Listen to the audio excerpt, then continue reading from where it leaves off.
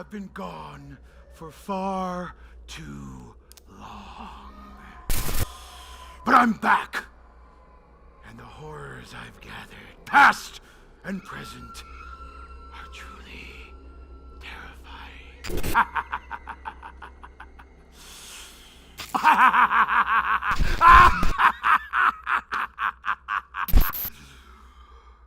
Jack's back.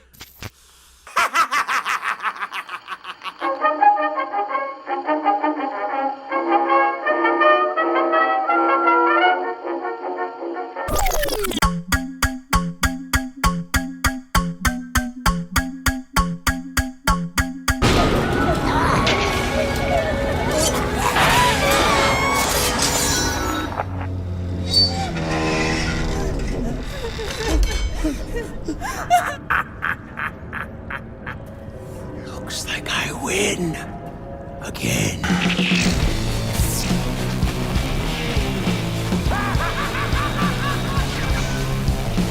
Halloween Horror Nights 25 was going to be the biggest and best yet, and Jack was back. The event was confirmed to have 9 houses, 5 scare zones, and 2 shows. The first house announcement came in June.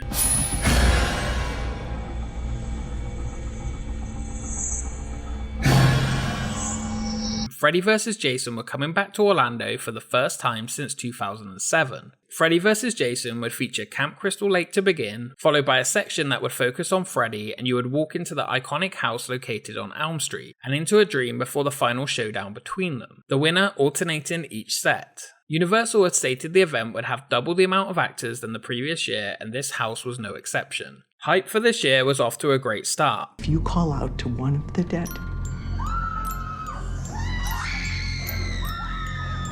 all of them can hear you.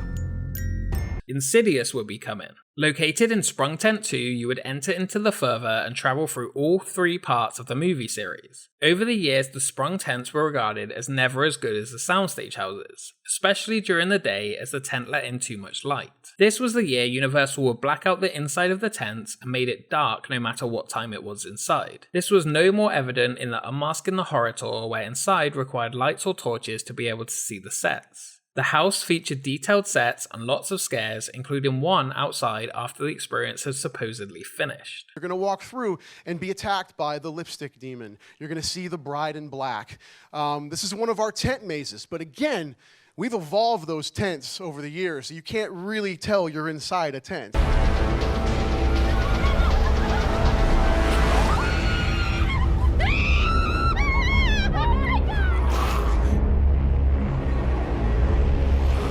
For the 4th time, The Walking Dead was announced, and again, fans of the event sighed. The general public were still fans of the show though, and it would bring in people each year regardless. Again, the house would follow the events of the 5th season. Universal promised walkers in water this year, and speculation began on how it would happen. In the end, it was just 2 small pools with scare actors inside. This role though did require a lifeguard to watch over them in the case that something bad did happen. The next house is interesting because it was changed last minute. This is not a test. This is your emergency broadcast system announcing The Purge at Universal Orlando's Halloween Horror Nights. The rumours that it was planned and changed to something else were confirmed when an extended commercial for the year leaked featuring Ghostface from the Scream franchise. For some reason, the house had been built for the Scream franchise but was changed to The Purge and everything was graffitied over. Most likely due to licensing issues or creative issues on the use of the franchise, it was changed and the remains of what was supposed to be were modified in record-breaking short time. The house also used the return of actors going through the house disguised as guests, who would then be taken away and part of the show. A new, perhaps ambitious location was used for the Extra house this year, surprisingly located inside the second Shrek theatre. Many people don't realise, but the Shrek Theatre has 2 identical theatres inside that huge building. The second, normally only used on busy days, shows the same show, but this year it would feature a new purpose. A whole haunted house was to be built inside, Asylum in Wonderland. It was constructed within and the seats inside the theatre were removed, but everything else remained. You might notice when you enter a house inside Shrek, you walk up a small ramp onto a temporary floor, and you're not walking on the floor of the actual theatre. If you look up though, you can still see the screen and pre-show elements within. Everything inside will be protected as you walk through the new horror-themed attraction inside. though some might say Shrek was even scarier. After the event ends, everything inside is torn down and Shrek returns to the theatre like nothing had ever happened.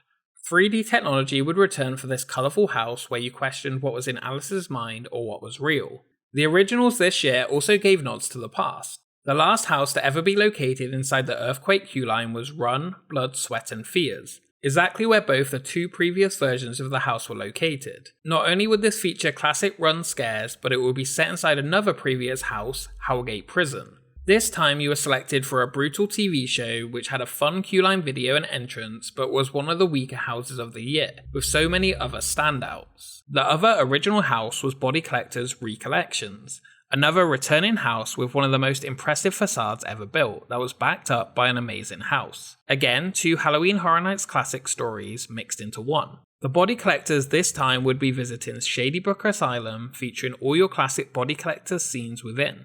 For the first time in Halloween Horror Nights history, a house returned nearly scene for scene.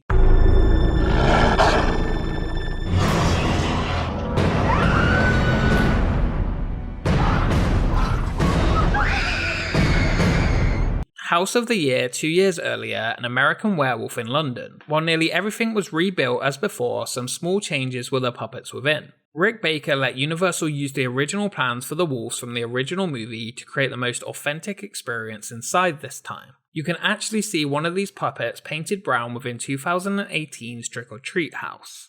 Honestly, the first time they did this 2 years ago, 2 years ago, and I was very happy with what they did, but I said the wolves should be better.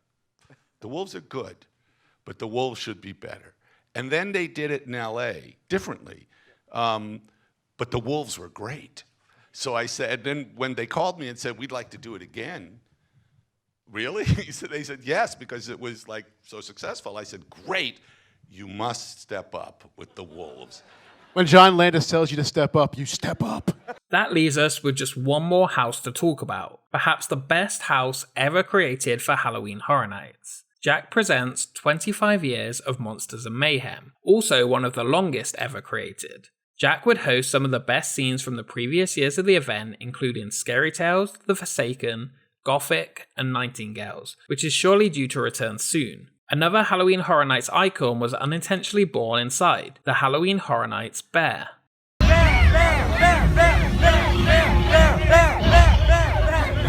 The streets this year would feature a mix of houses and characters from the past. Scary Tales Scream Punk would stand near the entrance with some impressive sets wheeled out each night. Psycho Scarapy Unleashed took the inmates of the famous asylum and released them into the streets of New York. Evil Roots would bring back horrors from the past, as well as All Night Die-In double feature took classic monsters and more, including Chucky. All of the Halloween Horror Nights icons will be back, minus Bloody Mary, in their very own scare zone, featuring mini-shows of different kills by each icon. Bill and Ted were back, of course, and perhaps one of the best shows in recent history. Oh look, there's Hocus Pocus! Those are some old witches. Hocus Pocus?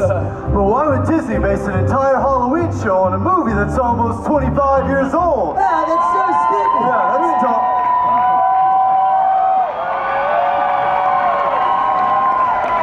And Jack and Chance hosted their own show outside Mal's with the original actors in the same style that was used back in 2007 for the Carnival of Carnage. Amanda!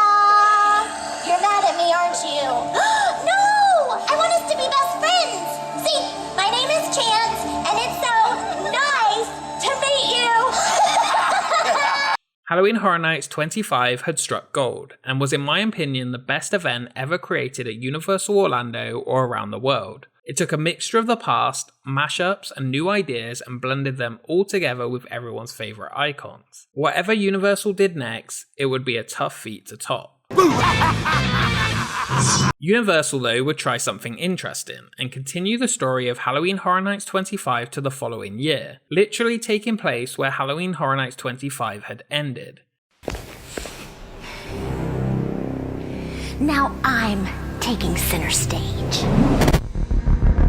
Unfortunately though, Chance, who many people love, had a somewhat odd usage during this event. Lock me away. It's all just a show. I'll make you pay. and won't let you go.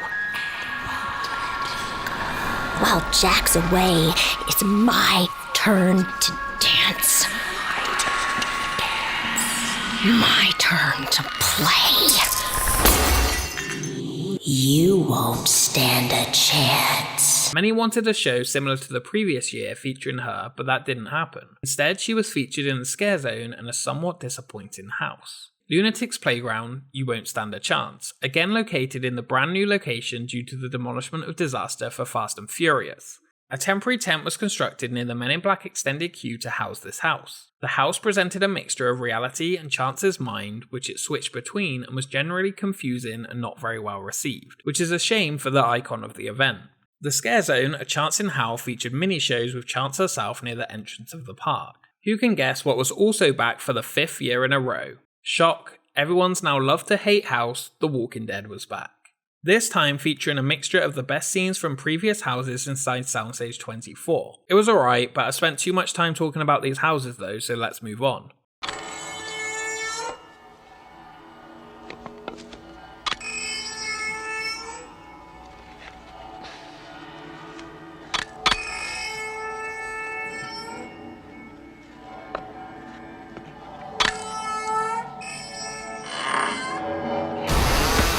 Texas Chainsaw Massacre, while previously at the event, was back, but this time based on the original 1974 movie inside the sprung tent. The house features some impressive sets and scares inside and outside of the tent. Another big one of the year was the house based on The Exorcist. Recreating the movie though was going to be a large task inside a haunted house. One thing for sure though, the smile and vomit scene is one that's certainly stuck in many people's minds afterwards. Though this might have been the IP years, the IPs used this year were nothing short of iconic. Hal was coming to Haddonfield and we were going to visit following the events of Halloween 2. Another of my all-time favourite houses recreating the best scenes from the movie. Inside Shrek this year was a house with such impressive sets, it's hard to see how it could fit in one Shrek theatre.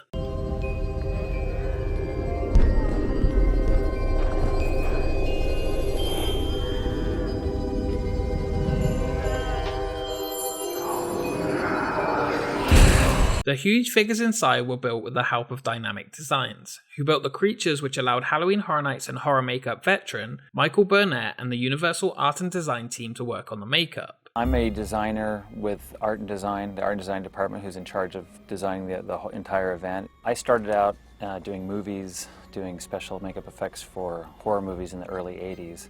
In 2004, I came here full-time as a supervisor for the makeup department and now designer.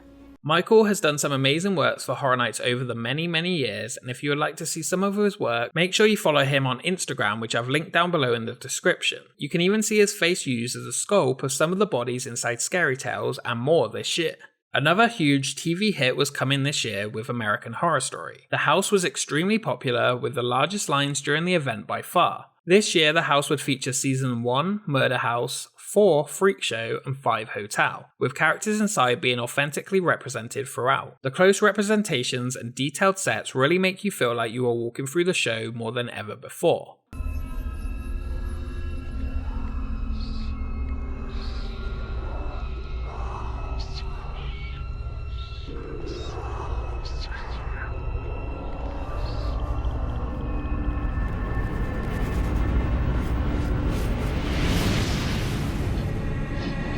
The final two houses were Tomb of the Ancients and Ghost Town, The Curse of Lightning Gulch.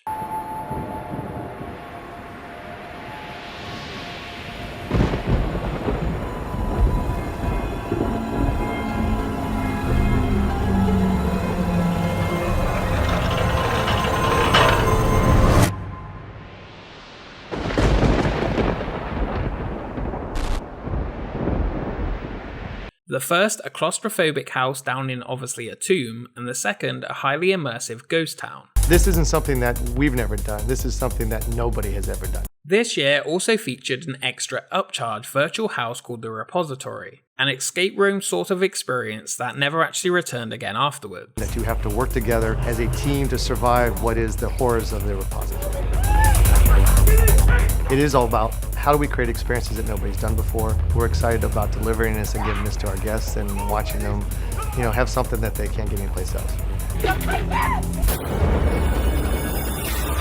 After the impressive scare zones the previous year, this year didn't seem to live up to the experience previously. Survive or Die in New York didn't have the fun of the previous year, Lair of the Banshee was slightly generic for Central Park, Dead Man's Wharf offered some great ideas but the area was hard to get through at times. One scare zone that made a large impact that was actually great though was Vamp 55, a 1955 homecoming parade with fangs. While this year had some highlights, the use of Chance was nowhere near as good as the previous year, with the lack of her own show other than the small mini-show where she interacted with the crowds. The second show this year was a new dance group called Academy of Villains on the stage where Jack was located the year before. Offering a fun show with a horror-inspired soundtrack, the show exceeded expectations. It was a fun show to hear walking past or going to watch each visit. Bill and Ted, of course, returned as well. This is my show! This is my dream. But it's your nightmare.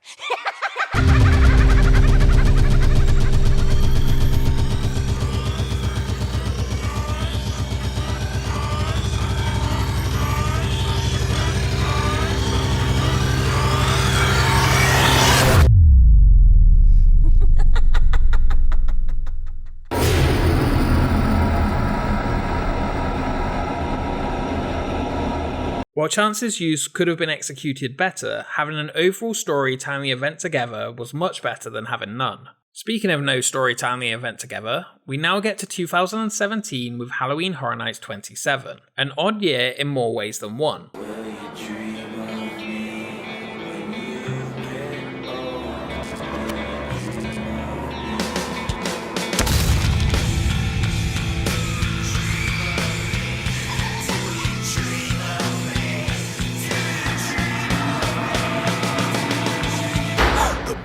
Nightmares never end. The first announcement, coming as no surprise, was the second American Horror Story house, focusing on Season 2 Asylum, 3 Coven, and 6 Roanoke, again recreating the authentic sets and characters from the show. Perhaps this time though to not quite as an impressive standard as the year before, but still a great house nevertheless. You're not man enough for my Volquita.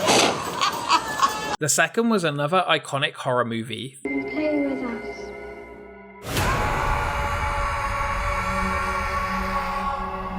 Red rum! Red rum!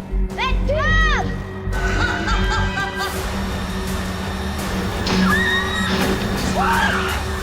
Taking what we know from the Overlook Hotel and making an immersive house as you travelled through the movie where you would become mad like Jack. Personally, I was slightly disappointed with this house. I was expecting the grand sets Horror Nights have been known for, but this experience was rather compact. Either way, it was always a fun house recreating the movies. The final frozen Jack outside had to be altered because the originally planned look was too much like Jack Nicholson, and according to Michael Burnett, Universal told him at the last minute it couldn't look too much like him. The feeling of Jack though was captured perfectly to end the house. Daddy!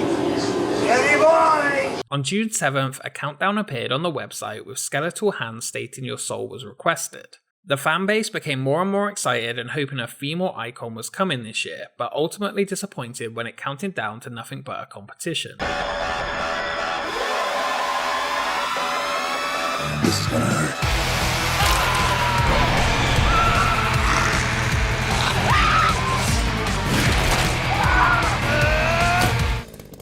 What, you never saw a guy with a chainsaw hand before? The next house announced though was Ash vs. Evil Dead, the first time Bruce Campbell's character would be featured at the event. Jacksonville, Florida.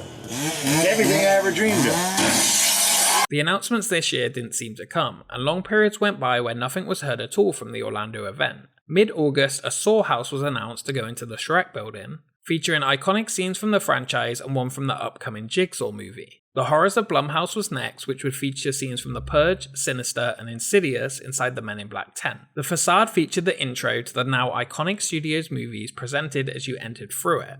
Rumours again existed that the second part of the house was supposed to be another Blumhouse movie, and changed last minute again to The Purge. The Purge. Always the backup, never the plan.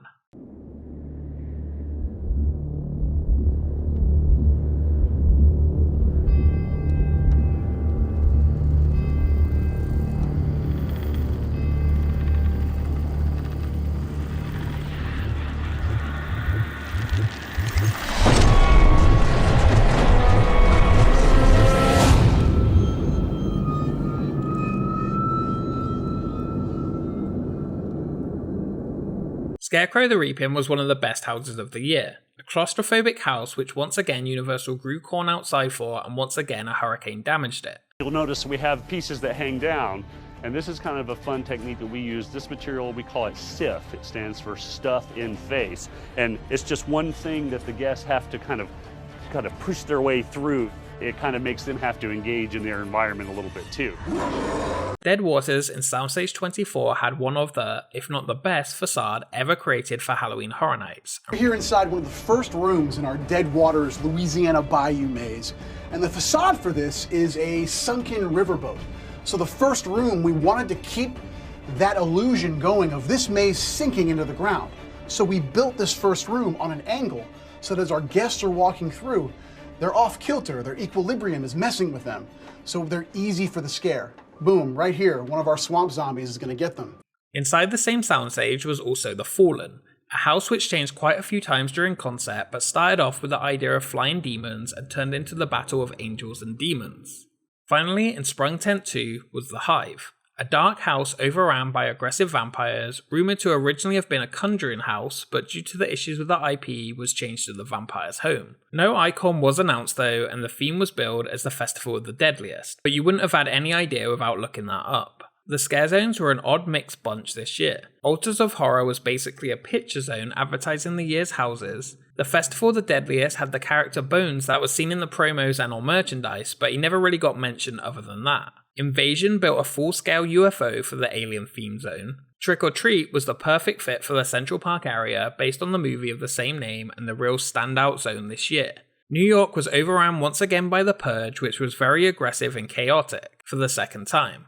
Everything that we do is so over the top. We put a lot of energy and thought into our storytelling, and so for us it's key to keep the audience terrified. And Halloween Horror Nights is the best place to do it. Academy of Villains returned again for a troubled event with the show Afterlife. Due to Hurricane Irma, the show stage and many of the props which had been put up in the scare zones had to be removed. During the hurricane, the stage was damaged as it could not have been fully removed in time, but Academy of Villains returned with a new, shorter Irma show, which was still a huge hit and a whole lot of fun. Halloween Horror Nights 27 had some great parts, but let me say, not one part of it was bad.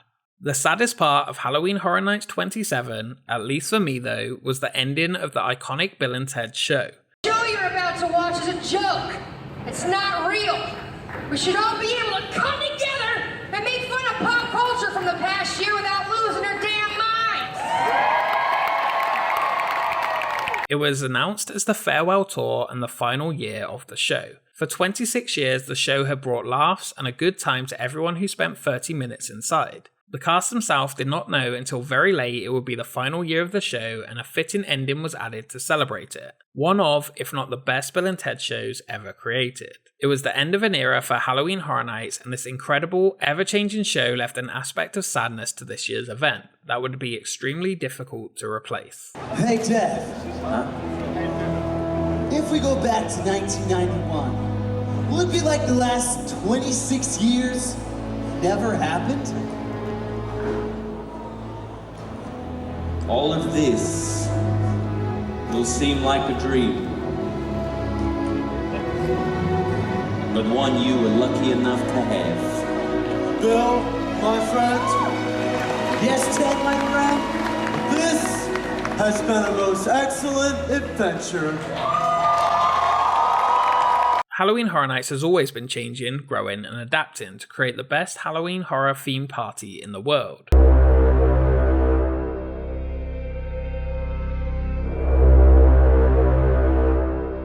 I grew up with this event, my dad and I. This was like our annual tradition. I was terrified. But I loved every single second of it. Halloween Horror Nights invites our guests to go through our front gate and be transported into a living horror film tragedy.